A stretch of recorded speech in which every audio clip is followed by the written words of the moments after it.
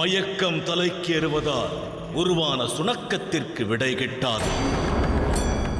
உன் தாகத்தின் தீர்வு சோமபானம் அல்ல, காதல் நிறைந்த காமகானமாகும். என்னில் காதல் உணர்வு இல்லை. நான் அவளை விவாகம் புரிய எண்ணுவதற்கு காரணம் வேறு. நீ மற்றவரிடத்தில் பொய்யுரைக்கலாம் ராவணன், ஆனால் என்னிடம் இயலாது. உன்னிடம் பொறாமை பொங்கி வழிகின்றது.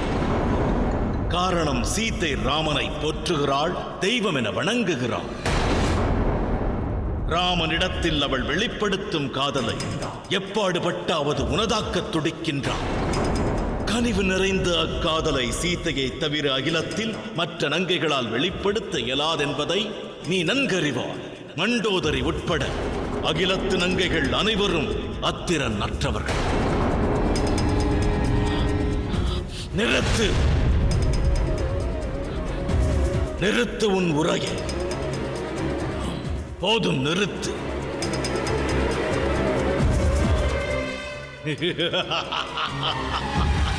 ராவணன்,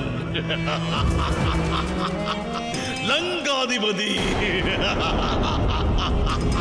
திரிலோகாதிபதி ராவணன்.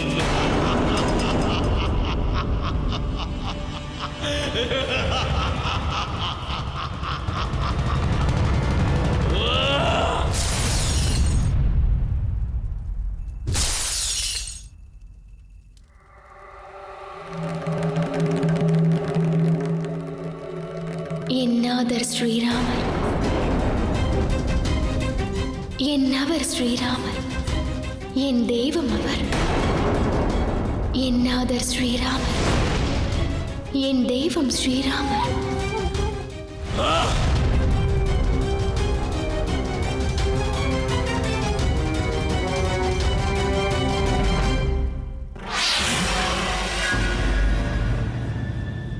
நீ மன்றாடி வேண்டினாலும் தெய்வமாய் வணங்கும் ராமனை நீ மறந்தே ஆக வேண்டும். ஏனெனில் நீ இனி லங்கையை விட்டு தப்பி பிழைக்க இயலாது. இனி இதுவே உன் வாசஸ்தலம் சீதா. இனி உன் வாழ்வில் லங்கையே நிரந்தரம், உன் வசிப்பிடம், ராவணன் வாசஸ்தலம்.